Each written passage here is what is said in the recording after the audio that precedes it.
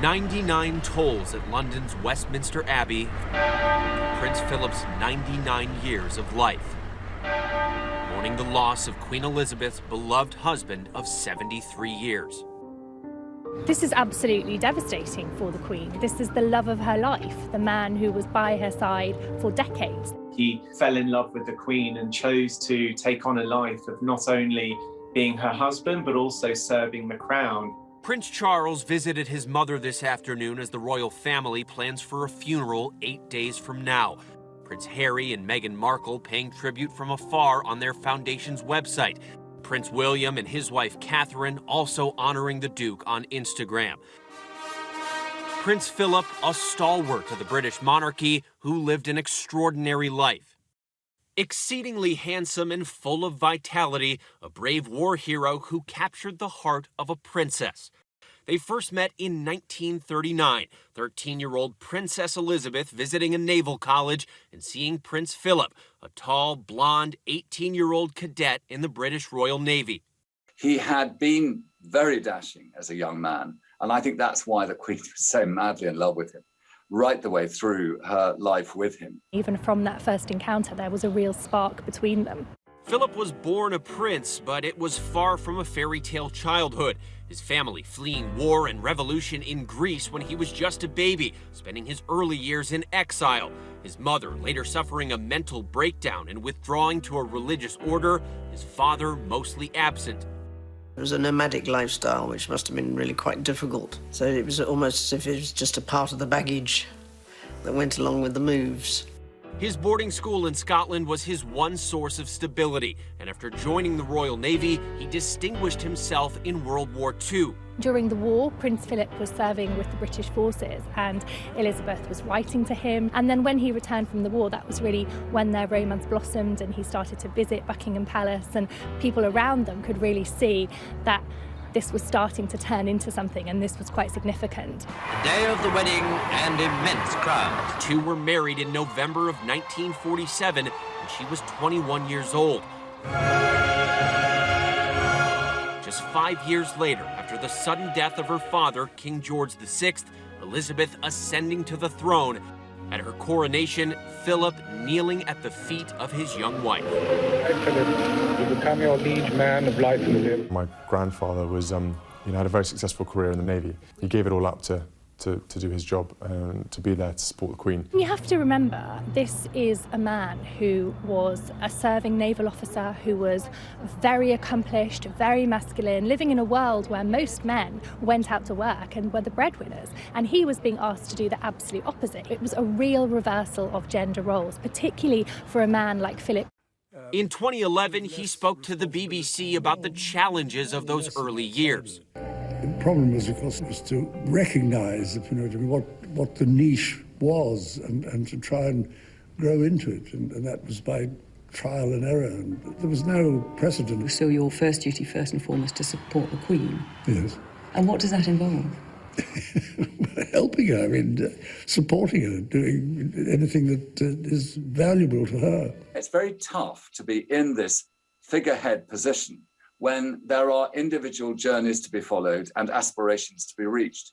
And Prince Philip has recognised that he had to set aside his own naval tradition and career in order to be those few steps behind the Queen in her achievement as sovereign for such a long reign. My work is as a naval officer, not grinning like a demented ape while you cut ribbons. Prince Philip's gradual acceptance of his duty vividly portrayed in the Netflix series The Crown. She is the job.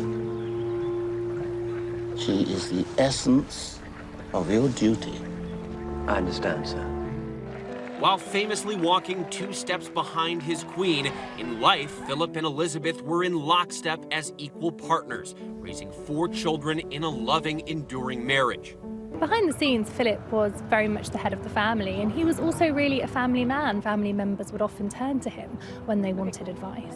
He was a constant and unfailing source of support for his wife as she carried the burden of the state on her shoulders. He was the only person who was able to tease her and slightly mop her up and help her through the difficult times. Prince Philip supported more than 800 charities. He made more than 620 solo visits to 143 countries, traveling thousands of miles around the globe with the Queen on tours and state visits, but never grabbing the spotlight for himself. It must have been quite difficult for him being in the sort of shadows and being the support. But he does it fantastically well. He's never complained. And it's obvious from all of us, and it should be obvious to everybody else that sees it going on, is the fact that without him, you know, she would be slightly lost, I think. The Duke of Edinburgh carved out a new role for the monarchy. He was a great moderniser, somebody who changed the royal family for the better, someone that made things more modern, to be more in step with the society that people were living. He was one of the first within the institution to see the monarchy as a brand and how that brand looked on the world stage. And so his advice to the Queen in terms of thinking of public perception really shaped the monarchy into sort of the modern institution. A keen sportsman full of energy and ideas, in the early days he was seen as a radical outsider, and he had a sense of humor that could sometimes land him in trouble. I think that the main lesson that we've learned is that tolerance is the one essential ingredient of any happy marriage. And you can take it from me that the Queen has the quality of tolerance and abundance. My father was always capable of being able to manage interviews in a way and say things that the rest of us always dreamed we could say. He was very much a straight talker. He didn't like fuss or pomp or pageantry, which is quite ironic given that he was a member of a family that celebrated all of those things. He was always the first to crack a joke and really be that sort of smiling face in the room. I read that he sort of changed things up in that he would answer his own phone. He would open the door for himself.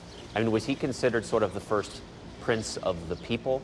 He was a military man, so he didn't like fuss. He was a man who did carry his own suitcase and did want to open his own doors. This sort of put a few noses out of joint at the palace, but it was very relatable to people in Britain. He retired from his public duties in 2017, his final public appearance in July of last year, handing over his role as Colonel-in-Chief of the Rifles to Camilla, the Duchess of Cornwall.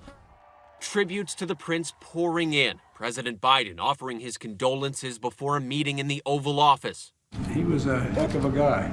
He, it was his lifetime of service to the United Kingdom and the whole Commonwealth was visible to everybody for a long, long time. At 99 years old, he never slowed down at all, and which I admire the devil out of. And the Obamas paying tribute on Instagram, writing, "At the Queen's side or trailing the customary 2 steps behind, Prince Philip showed the world what it meant to be a supportive husband to a powerful woman." Prince Philip at the Queen's side on so many visits with American presidents, at Buckingham Palace with JFK and Jackie Kennedy in 1961, with the Reagans at their California getaway in 1983, at the White House and on the field at Camden Yards with George H.W. Bush and Barbara to see the Orioles play the Oakland A's in 1991, and visits with the Obamas, too, at Windsor Castle in 2016. The loss comes at a time of great struggle already. More than a year into this pandemic, there will be no crowds, but flowers and cards have already made their way to the palace gates. Prime Minister Boris Johnson speaking for all of Britain. We give thanks as a nation and a kingdom for the extraordinary life and work of Prince Philip, Duke of Edinburgh. Hundreds descending on the palace, offering tributes. It's sad. We brought some flowers up to pay our respects. And tonight, thoughts are especially with the Queen. I think I'm feeling what most British people will be, which is concern for the Queen. She's always been a much-loved monarch, but especially during COVID, when many people couldn't see their own grandparents, she really has become grandmother to the nation. So there will be absolute concern today that she has lost her strength and stay. He has quite simply been my strength and stay all these years, and I and his whole family owe him a debt greater than he would ever claim, or we shall ever know.